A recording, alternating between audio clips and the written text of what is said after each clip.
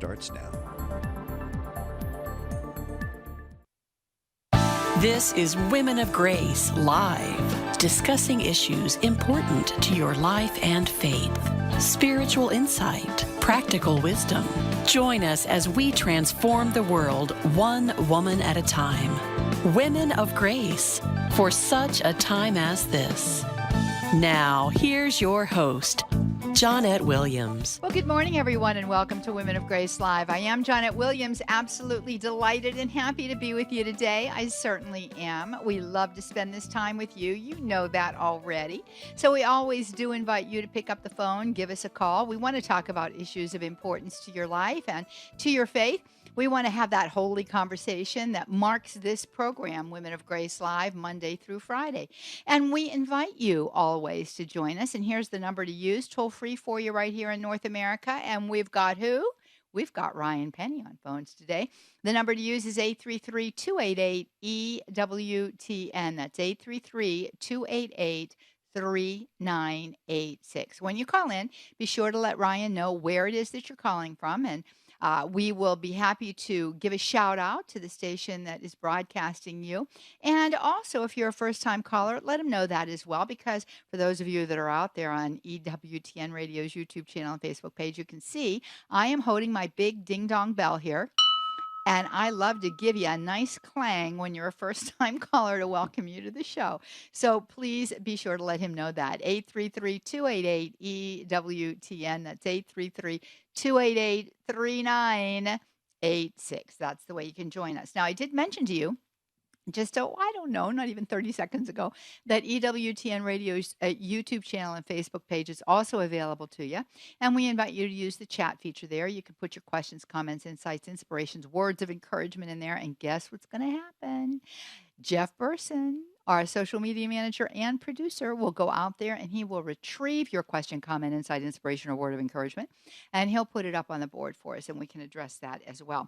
Did you know that you can email those questions to us too? womenofgrace@EWTN.com. That's Women of Grace, all one word, plural on the women. You probably can say all of this spiel by now yourself, right? womenofgrace@EWTN.com. If it's a prayer request, we invite you to put that in the subject line. If it is a question for monthly marriage Monday. I get that confused all the time. Monthly Marriage Monday with my husband, Jack Williams, and myself. Then we invite you to put that in there.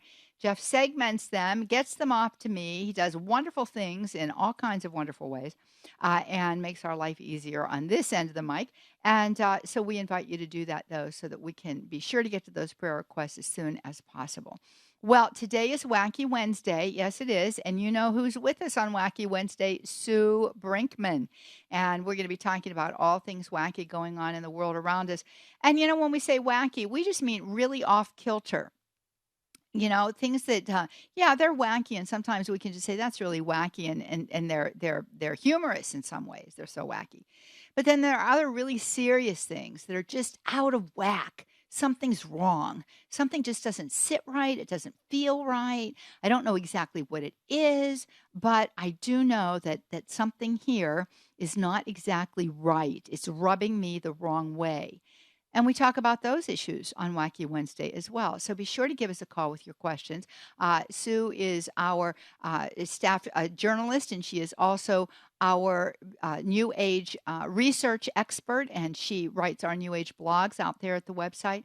We invite you to go out there. You can use the search feature and search on any number of topics, and you'll get a whole list of different articles that she's written, responses that she's made to the questions that come in. All of those kinds of things are available for you there. So we do invite you to take advantage of that opportunity. Now, while you're out there at the website, here's another opportunity coming up, and I'm really excited about this, talking about all things wacky. Here in this world today, we are in the midst of a spiritual battle. If you don't realize that, then I've got to ask you to wake up. You know, I've got to ask you to wake up. There's a passage in Scripture that says, wake up from your slumber. We are in a serious spiritual battle right now, and it's being played out across the landscape and the marketplace of the world in which we live. It's being carried out in our political system. It's being carried out in our streets. It's being carried out in our culture. It's being carried out in our church. It's being carried out in our spiritual lives. It's a big battle. And we need to know how it is that we can fight that battle. We have been called by God to have life at this moment in the history of man, that we might be the dragon slayers of our day and time. Yes, indeed. Suit up in that armor and jump on that white charger and go out into the fray and proclaim the truth, because the truth always triumphs, right? And if you don't proclaim it, nobody else will, because God's chosen you to proclaim it. And he's given us spiritual weapons that we can use, that we can employ to be able to be triumphant in the name of our Lord Jesus Christ. Not by our power, but by his power, right? Now, what are those spiritual weapons? How do they especially affect us in one of the arenas where we see this battle being furiously raged? And that is within the family. I've mentioned to you so many times that Sister Lucia shared with Cardinal Cafara that Our Lady had told her that the final battle of the enemy is going to be against the family. It's going to be an attack against the family and marriage. Well, by golly, George, aren't we seeing that right now? We're certainly seeing that right now, right? And, we see a battle ensuing within the church herself, and we see a battle ensuing within our domestic churches, right? Our families, our own homes, right? So what are those tools? What is the weaponry? How can we face the challenge that is ours in these arenas and be victorious? And we've got a webinar coming up that's going to give you that information. It's going to show you what those weapons are. It's going to teach you the skills that are necessary to protect your family in the midst of this final battle. Train Up Your Family for the Final Battle is the name of this webinar. It's actually a Benedicta Enrichment Seminar that is going to be online with Kathleen Beckman, September 29th and 30th from 7:30 p.m. Eastern Time until 9 p.m. You do not want to miss this this Benedicta Enrichment Seminar. We tend to call them webinars, but no. This is a Benedicta Enrichment Seminar, and we're going to have you be able to participate in this with your questions and your comments. This is a must do, right? It's a must do, because we need the training. We need to be battle ready. We need to know how to face it. We need to be suited up. We need to know what our weaponry is. We need to don that armor. We need to get out there. We need to be Joans of Arc in our day and time. We certainly do. Gentlemen, you need to be St. George's in this our day and time. We are all called to be dragon slayers today, to slay the dragons that are seeking to destroy all that is good, all that is true, all that is beautiful, within the home and outside of the home. Train Up Your Family for the Final Battle, a 2-part Benedicta Enrichment Seminar online with Kathleen Beckman, September 29th and 30th, 7:30 p.m. to 9 p.m. Eastern Time. We want you to make that time adjustment if you're not in the Eastern Time Zone. You can register right online. And we invite you to do that. I started mentioning it yesterday, and we had several sign-ups yesterday. We want to see your name among them today. So please sign up for this seminar. You are not going to be unhappy. I can assure you of that. Kathleen's a marvelous presenter. She knows her stuff. She's on an exorcism team in the Diocese of Orange out there in California. More to come on the other side of the break. Wacky Wednesday. Sue Brinkman's with us. Stay tuned.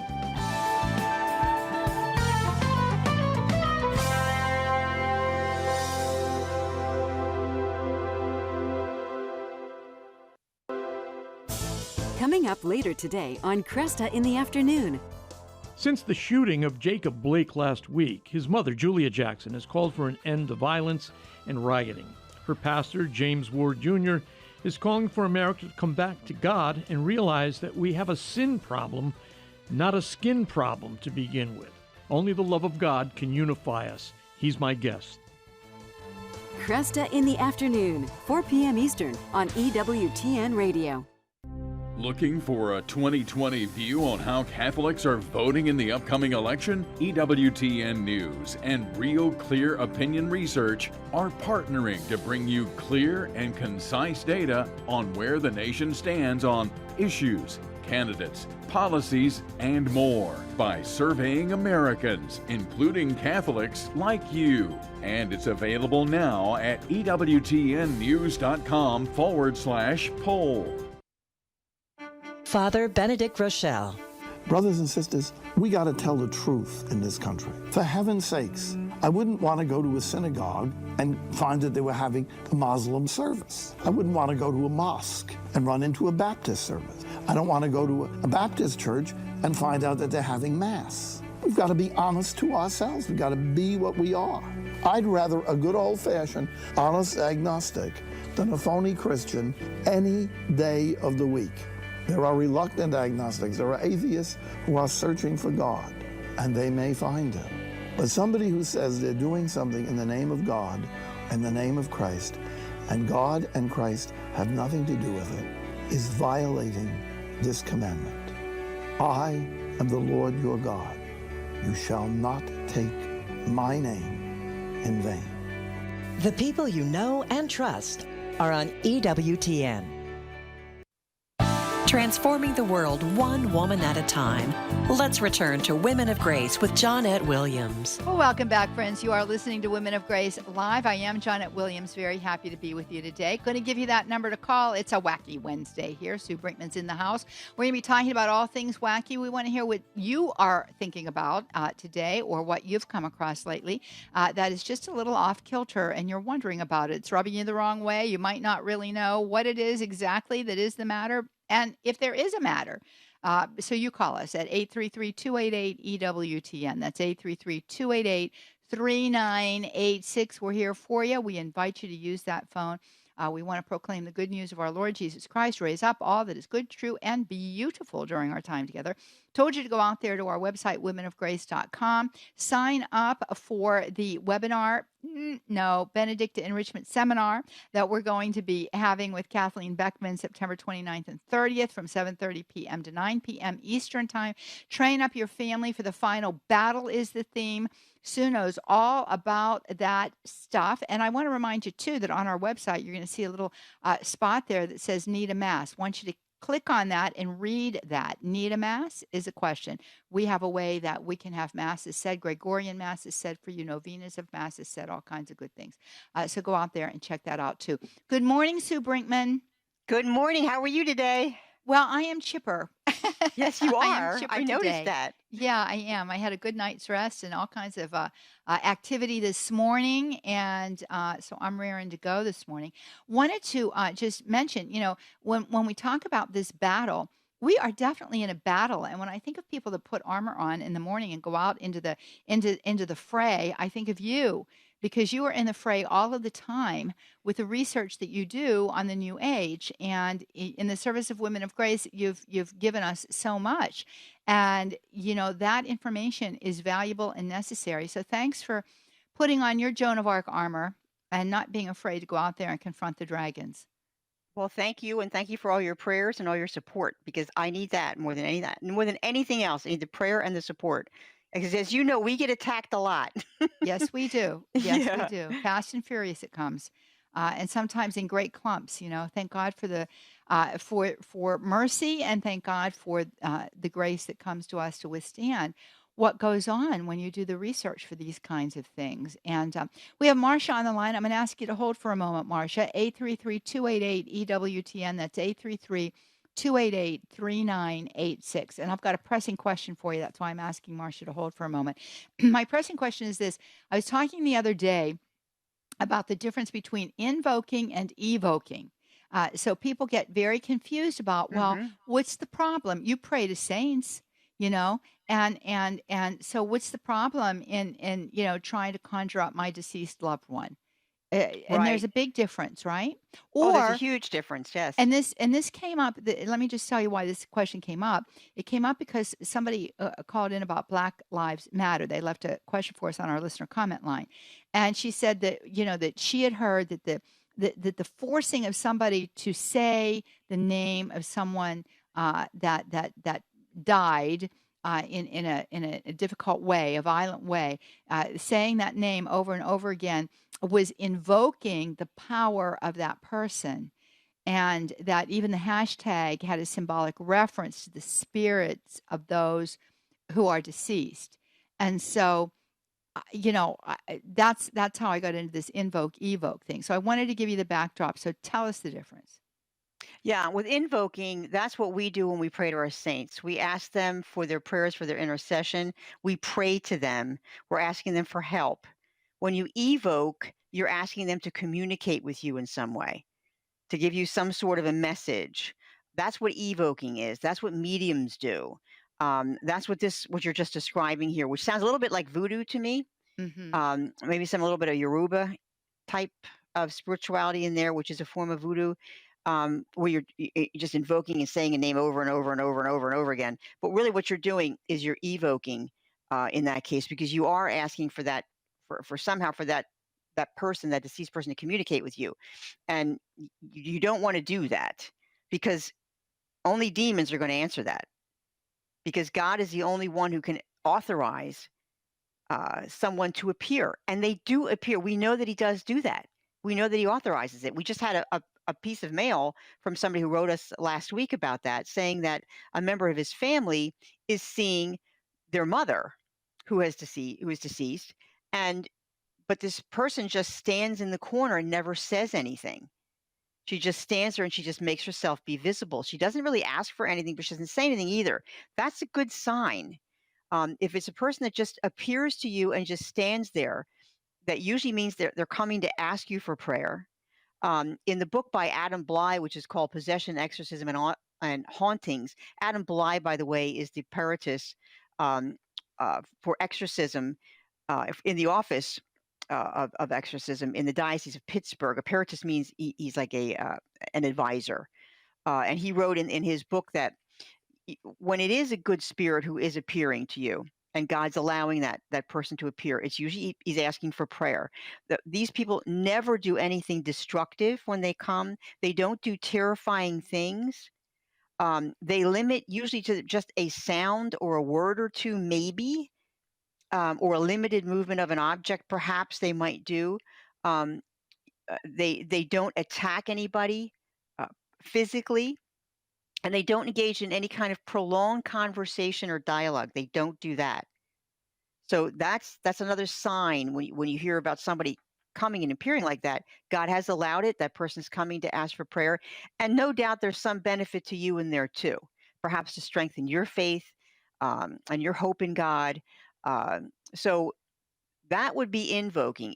Evoking is when a medium would say, such and such, I want you to appear, give me a sign, and like in a seance. And that is always going to be a demonic spirit, because God must allow it, God must facilitate it, and he has already told us in Scripture he'll have nothing to do with mediums and people who conjure the dead. He calls them in Deuteronomy 18:10 an abomination. So he's not going to have anything to do with that. And anybody who's out there evoking the name of somebody by saying it over and over and over, he's not going to have any parts in that. So whoever appears to you is a demon masquerading as that. And that is literally a cakewalk for a demon. That is very easy for a demon to do. If people understood his power, they would know that right off the bat, and they would not be so fooled by it. But it's not their fault. How often do we learn about this? I think this is probably the only show on earth that even talks about this stuff. And, we need to, because Well, we need to certainly help. Yeah. certainly to the extent that we do. And I like the emphasis that you're giving here on God, because, and I think that this is one of the other things too. When we as Catholics say we pray to a saint, but we're using the word pray there, not thinking that the saint has the power, but knowing that that saint will intercede along with us. And because that saint is holy and is beholding the beatific vision, their prayers are very efficacious. We still are trying to work out our feet of clay here on the earth, right? But we're in the process of perfection. Hopefully, we take our spiritual life seriously, so we're in the process of purification, sanctification. But the saint has already made it, so their prayers are very effective before God. So we ask them to pray with us. We don't think they have the power, but we know that their prayers are powerful with God.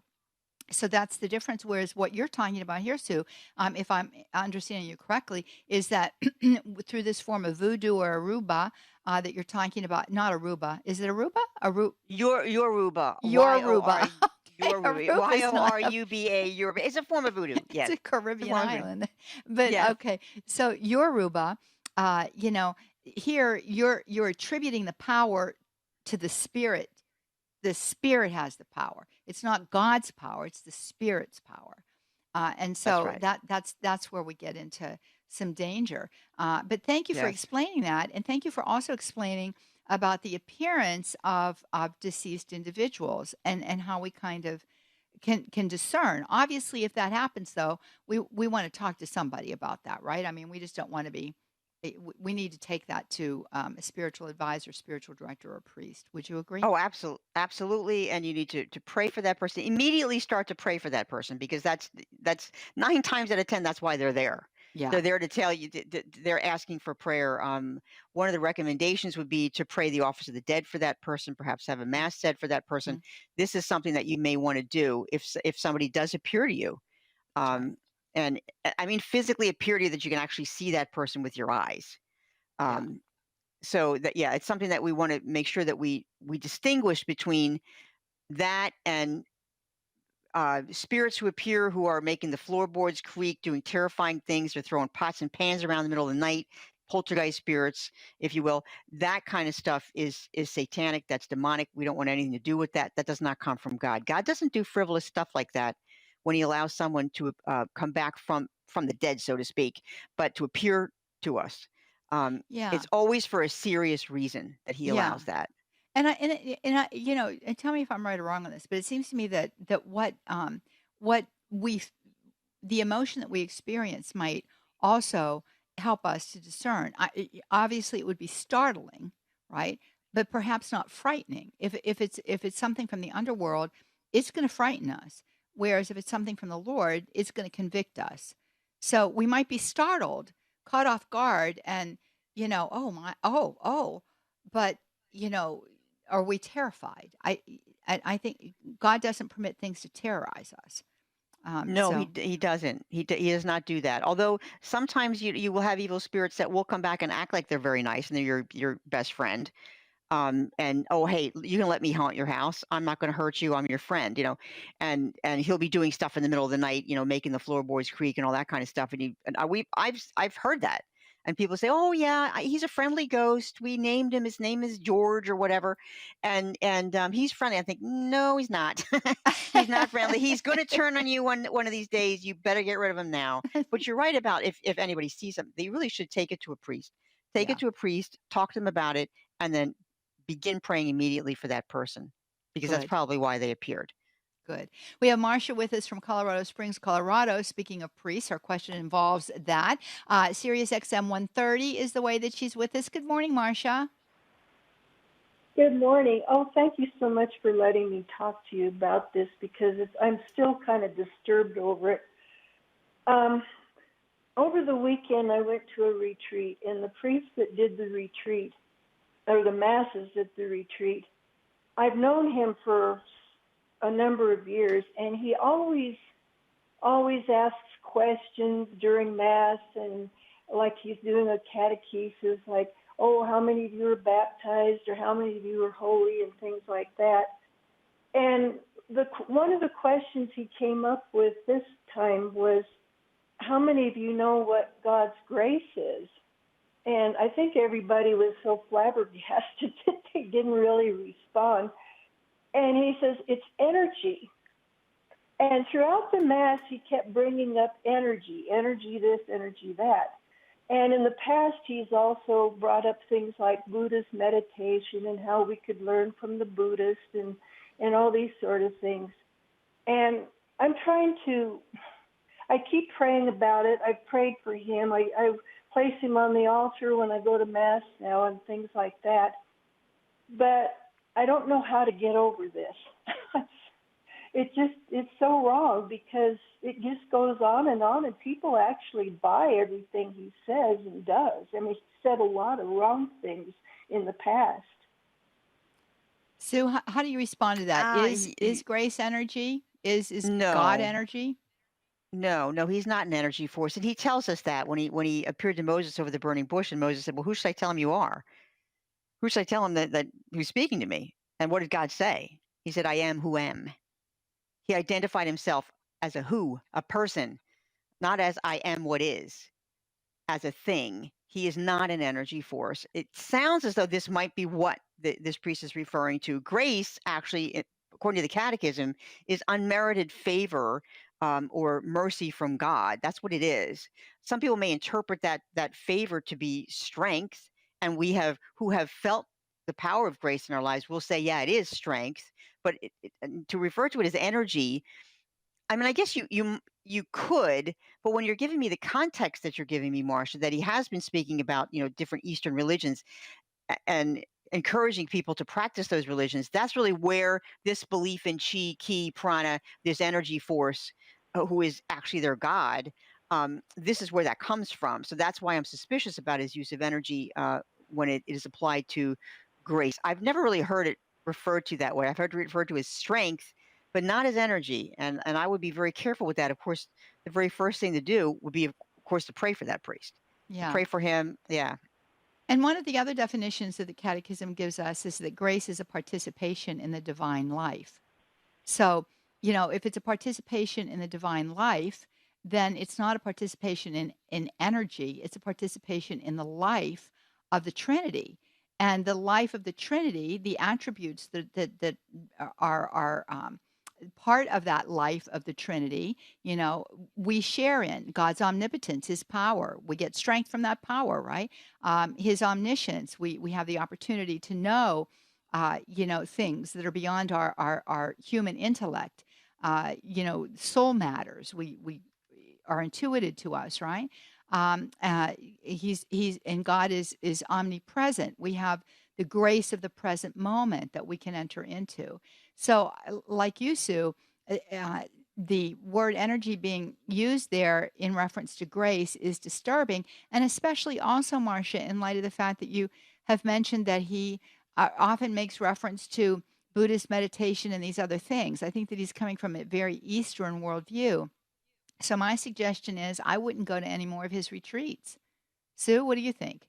I would not recommend them either, especially if they're going to leave you disturbed like that. That's right. I would not go to any more of his retreats. Yeah.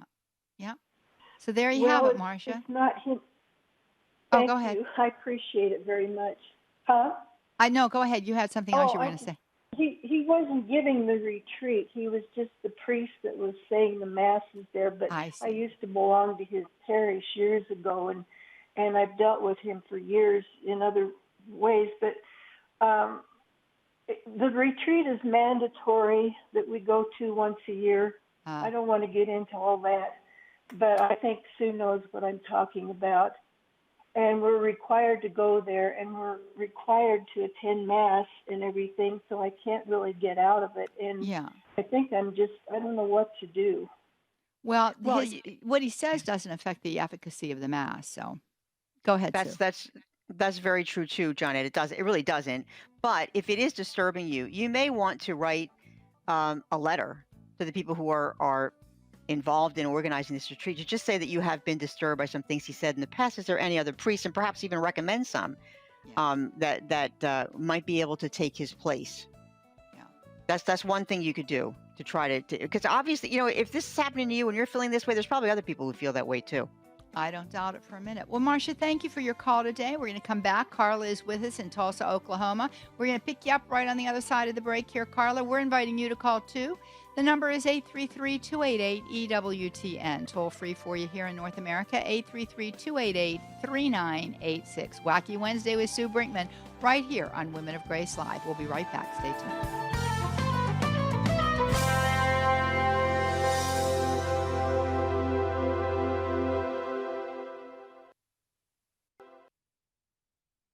Carry EWTN with you everywhere when you download the EWTN app. You can enjoy EWTN TV and radio live streams, prayers and devotionals, and the latest Catholic news. Visit EWTNapps.com today. Hi friends, Johnnette Williams here. Would you like some good news in your inbox? Sign up for our daily grace lines to receive a daily reflection that includes a quote from sacred scripture or your favorite saint, a beautiful image, and a question for pondering. In less than 5 minutes per day, it is sure to inspire you to live deeply your Catholic faith. Sign up today at womenofgrace.com/sign up or text Women of Grace in all caps to 22828.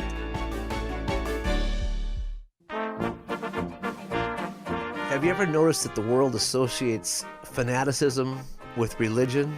But G.K. Chesterton says the strangest fanaticism that fills our time is the fanatical hatred of morality, especially Christian morality. It's the irreligious who are fanatical in their hatred of religion. They hate religion because religion is the only basis for morality. They hate morality because it's clear that they prefer things to be vague to the point where they can call wrongs rights. You cannot call something a right when it defies God's laws. We can only call it a sin. If we really care about respecting human rights, Chesterton says, we need to treat them as divine rights. All rights come from God, and God is not going to break his own laws. Neither should we. Spend more time with the Apostle of Common Sense. Visit chesterton.org for more information. I'm Gloria Purvis. And I'm Father Bjorn Lundberg. And I'm Deacon Harold. The Morning Glory team asks, how does pregnancy teach you how to love? Tomorrow morning, 7 Eastern. Now back to Women of Grace with Johnnette Williams. Hi, this is for Jeanette Benkovic and Sue Brinkman. I just wanted to say how much I enjoy Wacky Wednesday, how informative it is. Keep up the good work exposing this New Age stuff, how insidious it is, especially for our youth who don't fully appreciate this. Unfortunately, our schools don't seem to teach the moral foundation to actually analyze this. So keep up the good work, and I love hearing the Wacky Wednesday, your analysis and exposing the truth of the new age. God bless you and stay well. Oh, Jeff, thank you very much for playing that. What a beautiful, beautiful That's compliment. so sweet. Yeah, very, very nice. Well, I want to tell you, thank you very much. And we're going to ask you to pray for us as we asked earlier in the program, because this work is work that in and of itself puts a target on your back. Let's just put it that way. And it's a target that can be seen by the forces of evil. But, God is good and he protects his children, and we're all called to participate in this exposition of the New Age, and also in this great call to help people know what is good, true, and beautiful. Yep, there you go, Sue. That was lovely. I know, and it's rare, and that we have somebody that just goes to that extent that they'll actually pick the phone up and call. And I pray for this man, and just thank God on his behalf. Give all my Truly. praise and glory to the Lord That's right. for giving us that little shot in the arm. That was Yeah. nice. Yeah. And, and just want to say this about that. Everybody needs encouragement, right? Everybody needs affirmation. And so, just in light of that very kind comment that was made to Sue and to myself, just want to suggest, compliment somebody today. Not a platitude, but something that's true. You notice something that's been beneficial to you or helpful to you, or something that puts a smile on your face that comes through somebody. Be sure to acknowledge that and thank them. We need to edify each other and build each other up as this mystical body, especially when the times are as contentious as these times are. 833-288-EWTN. That's 833-288-3986 is the way that you can join us today. Promised that we would get to Carla. She's in Tulsa, Oklahoma. She is listening via Oklahoma Catholic Radio, and so glad she is. And she's a first-time caller. So, Carla, I pick up my big ding-dong bell. Oh, and I give you a good hearty clang. Welcome. It's good to have you with us. Well, thank you. Thank you for taking my call. You're welcome. I had recently heard of a book entitled Tortured Souls by Teresa Linden. And I wondered if y'all had heard of the book, and if it was something that's okay to read. The only short snippet I heard about it was that I thought the character was relating to people in purgatory. I'm not real sure. Yeah. Have y'all heard of the book? Yes, I have not. Teresa Linden, her book on torture. So, I mean, I've heard about it, but I've just now, started reading about it. And this Mhm. is actually a work of fiction now. This is fiction. It's a Right. story, and she designed the story in a way to teach people church teaching on purgatory and the souls in purgatory. Mhm. That's really what it's about. And it sounds to me and it looks to me as if it's getting good reviews from Catholic sources. So it's more than likely Mhm. it's a good book to read. Yeah, fiction. It's a work of fiction, though, as I said. So this is not Mhm. Mhm. the gospel or anything like that, but it is fiction. Mhm. And read it in that light, that it is a work of fiction, and she's just trying to teach people about Mhm. purgatory and about life after death. So I think, yeah, it's a good question, though. Good question. It's been out for a while. Tortured Souls. It's not a new book. It's been out there for a little bit. Okay. All So right. yeah. All right. Yeah. Well, I appreciate your opinion. I might give it a try. Well, good. Well, Okay. read it and let us know what you think. Come back and let us know, right? We would be interested All to right. know. And one of the things that I want to say about all this too, when we're reading books like this or any book, we also have to be very attentive to what's going on in our soul as we're reading that book. Is it bringing us consolation or It's true. desolation? And that's an indication of several things. It doesn't mean that there's something the matter with a book. It might be that it's a fine book, but for some reason it's not a book for us to read at that moment. Maybe the Lord has to do more in us, or give us, a particular virtue or whatever the case might be, to be before we can continue to read it. And I know there's been a lot of spiritual books like that are very good books, Sue. But I've put them down and I said, this isn't for right now. This is for a different time, and we have to be aware of those things. Have you had that experience at all? Oh, I have for sure. I have. In fact, I was actually reprimanded. In my Carmelite formation, I was jumping ahead Hmm. in the formation, and I picked up The Dark Night of the Soul by John of the Cross, and I was very disturbed by this, very Hmm. disturbed by the book. And I said to my director of formation, I said, "Wow, this book is really frightening me." And she said, "Put that book down. That's not on your formation schedule yet." And I said, "I know, but I just wanted to read it." No, no. She said, "You are not ready for it. If you were ready for it, you wouldn't be that disturbed. You See, put that's that down, interesting. and when you're ready for it, then you read it." And I'll tell you, she was absolutely right. God rest her soul. Rita Barr was her name.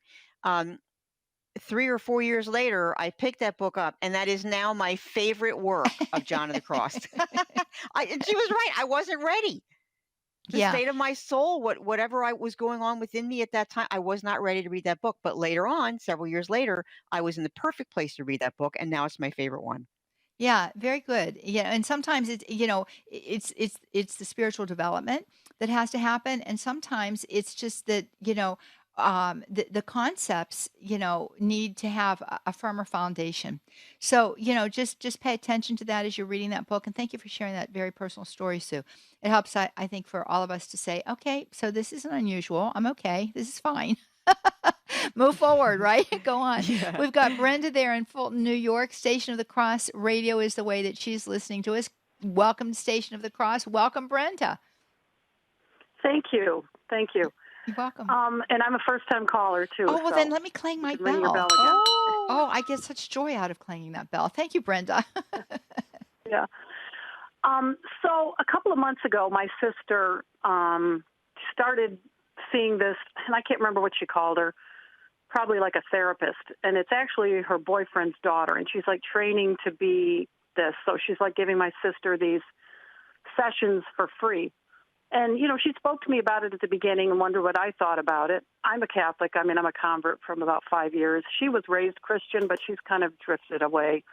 And at first, I was like, well, I didn't want to just put it down right from the beginning, but I had an uneasy feeling about it.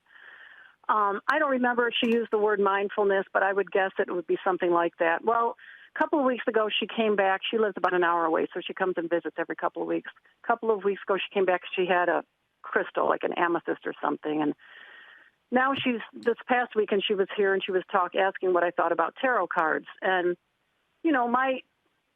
my initial reaction is, I don't think so. And then they bring even some biblical stuff in, especially with the stones. Well, the foundation of the New Jerusalem, with all the different stones, and the Bible mentions stones for different things. And I just want to know what do you think is all of this stuff? It's something she should avoid. And I want to say I went on your website, the Women of Grace website, and did a search, especially for like the crystals. I couldn't really find anything, so I don't know if I wasn't looking properly, because I wanted to maybe even recommend her to check the site out. But Oh, I just yeah. wanted to So mention that too. the way to do that, because let me just answer that question really fast, Sue, and then I'll let you answer the rest of her question. But the way that you do that is don't use the search feature that's on the homepage there. All of this is being straightened out. We're in the process of doing a lot of work under the hood Okay. of the website. But go to where it says blog on the nav bar and click blog. And when you go to the blog and you put in your the search engine there, you put in crystals. Actually, there's also on that homepage where the search feature is, there's a drop down box, and you can just click blog. And then if you put in there crystals, you should find quite a bit, I would think, right, Sue? Okay. Yes, Okay. I often recommend to people to just go to newage.womenofgrace.com, and that'll take you to the index. And that way you can just scroll down. It's an alphabetized index, and it'll just scroll down all the different topics, and you can go to look at, what one you're looking for. We have them out there on tarot. We also have them on crystals. We have actually several on crystals. Is it okay to wear them? Crystal skulls, crystal therapy, the dangers of crystal therapy, which is all actually very, very dangerous. And just general teaching about what crystals is. But as far as your question, and the tarot cards, absolutely not. That is divination. That's divination through cards. They're one of the most dangerous of all of the divination methods by cards is tarot. And you should have nothing to do with that, no matter what language they're using. They can use Christian pictures on the card. It doesn't matter. They're still trying to divine your future. Okay, that's like some people who say, well, can I use my rosary as a pendulum, and does that make it better? No. A pendulum, no, it doesn't. You can't. It's like trying to put a Band-Aid on something. Like It's you almost can't do sacrilegious to that. do such a thing. Yeah, there are people who do that. They actually use their rosary as a pendulum, and they think that it's okay because it's a rosary. No, divination is not something we're ever supposed to be involved in. I believe it's either 2116 or 2117 in Catechism will teach you about divination and why it is so dangerous. And really, what you're doing is you're seeking hidden power over yourself or others, or over time. What you're trying to do is predict the future. You want to know things that really are in God's territory. You should leave them in God's hands. If you want to know about the future, ask him. Ask God, because he's the only one who really knows it. The tarot cards don't, and the medium who's turning up the tarot cards doesn't know it. They only know what they're being fed by the evil one. So if you really want to know what's going to go on in your life, ask God. Ask God what's going on, and ask him, can I have some clues? Because if you don't want to give me any clues, then that means I'm better off not knowing. Right. Exactly. So Brenda, I would be very careful, because you've mentioned a couple of things that send up red flags, one of them being mindfulness, as well as the tarot cards and these other things. So I would say thank you, but no thank you. And just move on. And if you have need for counseling or something like that, go to a certified counselor, preferably a Catholic one who practices his or her faith and is knowledgeable about these things. Yeah. Can you just comment at all about essential oils? Because she's involved in essential oils too, and I was many years ago. And, they would bring in some of this other stuff too, like the crystals and the salt things. And, I don't know. I mean, are they mixing some truth with error? Is there some value to the essential oils, and then some of these other New Age things kind of creep in, or what? Yeah, Well, it's more that. Yeah. Go ahead. Yeah. Go ahead, Johnnette. I'm sorry. That's all right. I was just going to say essential oils, the oils in and of themselves are not problematic. I mean, they come from plants, and God created the plants and created the oil in the plant. So the oil is fine. It's amoral, right? The problem is what is ascribed to those oils. That is where we get into difficulty. So we assign a power to that oil. Well, now here's the problem. If anything happens as a result of that, because of the power, that power isn't coming from the oil. The power is coming from a demonic presence that is actually being cultivated by the desire of the person, the calling out of the person for that power to be emitted from that oil. So, we're not fond of what's happened to essential oils. It's the same deal with crystals. The crystal in and of itself and the stones, you were talking about stones. Yeah, God created all of those things. They're amoral. They're not wrong. They just are, and God created them. But when we put a power, an occult power, on them, and then consort with that occult power, now we're using that in a way that is outside of the purpose for which God created it. So there we get into a whole lot of problems. And then that's one of the problems with a lot of the essential oil companies, right, Sue? Because they do conflate all this stuff. They absolutely do that, and they often will tell you to blend things. They tell you to blend this oil, that oil, and the other one. You're going to have abundance. Okay, that's how oils are used in witchcraft. They've been used in witchcraft for centuries. Mm-hmm. This is part of their spell casting. They use them in that way, and they say that if you put these three together, you're going to win your love interest, or you're going to, of course, bring money to yourself, something like that. So it's all in the way you use them, and it's the same with the crystals. The crystal, like Johnnette was saying, it's fine. We've had people write into us to say, is it okay to wear crystal jewelry? Well, of course it is. Crystal is something that was made by God. They're beautiful. And of course you can wear them. But if you believe that crystal has some sort of energy in it that's going to protect you from this, that, I think, then you're starting to get into superstition in the realm of talismans and that sort of thing. So it's all in the way that you use them. And use these things that we can get ourselves into trouble if we're not using them in the correct way. Brenda, thank thank you for your call, because that's an important question you asked. Yeah, thanks for your help, and I will definitely look at the site too and explore that and recommend it to her. So I'm glad. Okay, thank you. She needs some guidance, and maybe God's put her into your life just for that. We appreciate it very, very much. I just as an aside here, I just want to mention that I got a note here that says that regarding John of the Cross, one of the friars once said in a homily that in seminary they weren't allowed to read St. John of the Cross until Theology 3. So you were talking about formation, Sue, right? So different things, right? I feel better now. So the idea is there something the matter with it? Absolutely not. But there's a proper formation to be able to receive the grace that's going to come to us through that work. We're just not ready for it yet. You don't take a toddler who is getting to eat table food and start sitting them down with a fillet steak. You wait a little bit. So there you go. Got to cultivate the taste for that, as well as the Constitution. So let's go to Sharon. She's in Colorado Springs, Colorado today too. Catholic Radio Network is the way that she is with us. Hey Sharon, how are you? Good morning. So good to talk with you both. I have a question.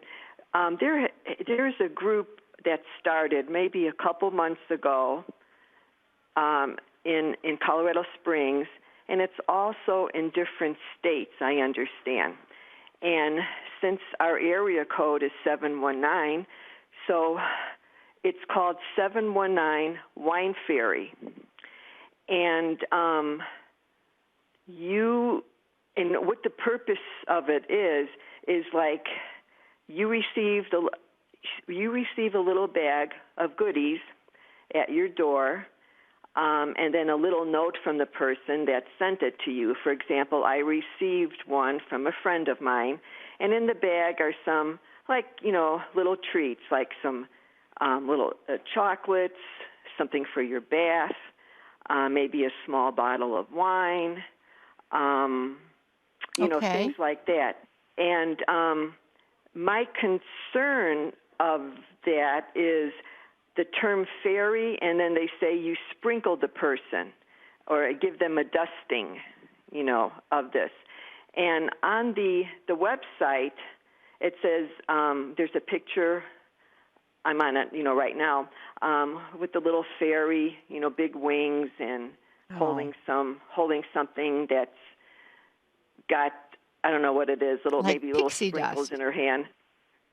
And so it says your membership is pending approval. You have to answer these questions from the group administration to help them review your membership. Will you refer to and read all the announcements in the announcements tab for rules and info before creating any post? So I just have antennas up I'm not understanding why they have to use these terms and what's really going on, Sue? Well, the mention of fairies in there, that's what put my antenna up because fairies are actually a very big thing right now. They're very big. And you would be amazed at the people who actually believe in them, like movie stars and that sort of thing. They believe in the existence of fairies. And this, of course, is a very dangerous belief um, because the people believe that these fairies bring them good luck. I mean, you're talking about getting into all kinds of superstition and that sort of thing. And the fact that they're asking you to have to fill out these certain questions and that, I would be very wary of it. I mean, leaving little gifts at somebody's door is one thing, but sprinkling to me sounded a lot like the fairy dust, type thing. Let's sprinkle us each other with fairy dust, and we're all going to be protected from all kinds of things. I have some reservations about it as well. I would want to look into it a little bit more deeply and find out where exactly this is coming from. Where is it originating from? I mean, if you could just send us something here at EWTN, send us an email. It'll come to me, and I will look this up and get back to you with a little bit more firm information on what exactly this is. Where is it coming from? What is the sprinkling all about? Okay. Do you think you can do that for next week, and we can make certain that Sharon is listening and everybody else? You think? Okay. Sue? I'll do my best to see if I can do that.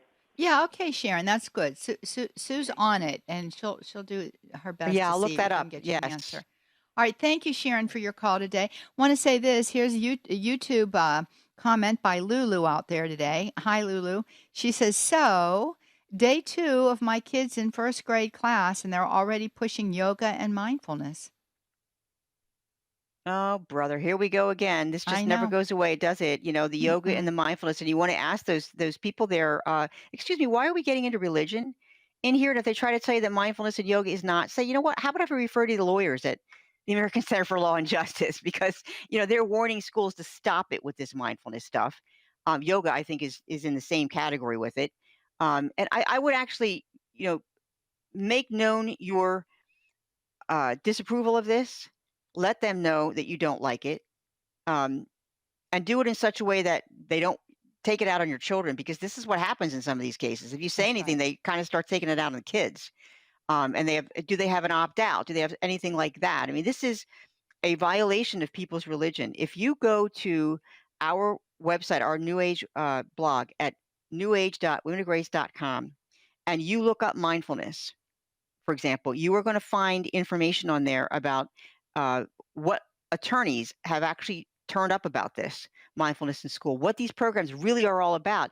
And many of the administrators and the teachers don't know any of this until they're given the information. And you may want to then go down that road and look up some stuff at ACLJ, get yourself prepared, and then go in there and talk to them and say, listen, this could be a violation of the Establishment Clause. I mean, we really need to voice it. Take a step back. Yeah, you need to voice it. Yeah. Be prepared to be marginalized. I know one lovely young woman who has several children who took issue with this and took it on, was marginalized. She's currently made a decision to homeschool her children.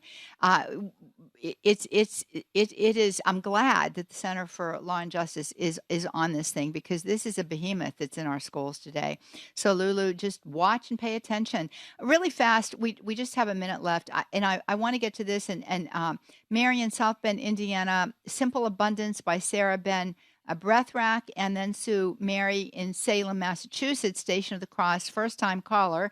And here's your first-time caller, Belle Mary, Breaking Soul Ties. Can you say something quick about both as we close out the show? Music's already up. Yeah, Simple Abundance is actually, it's not written from a religious or a spiritual point of view. It is a very secular type of a document that does talk about creative energy of the universe and stuff like that. You want to be careful of that. Soul ties are deep emotional bonds that we make with intimate partners, business partners, or spouses of that. And it forms a spiritual connection with that person.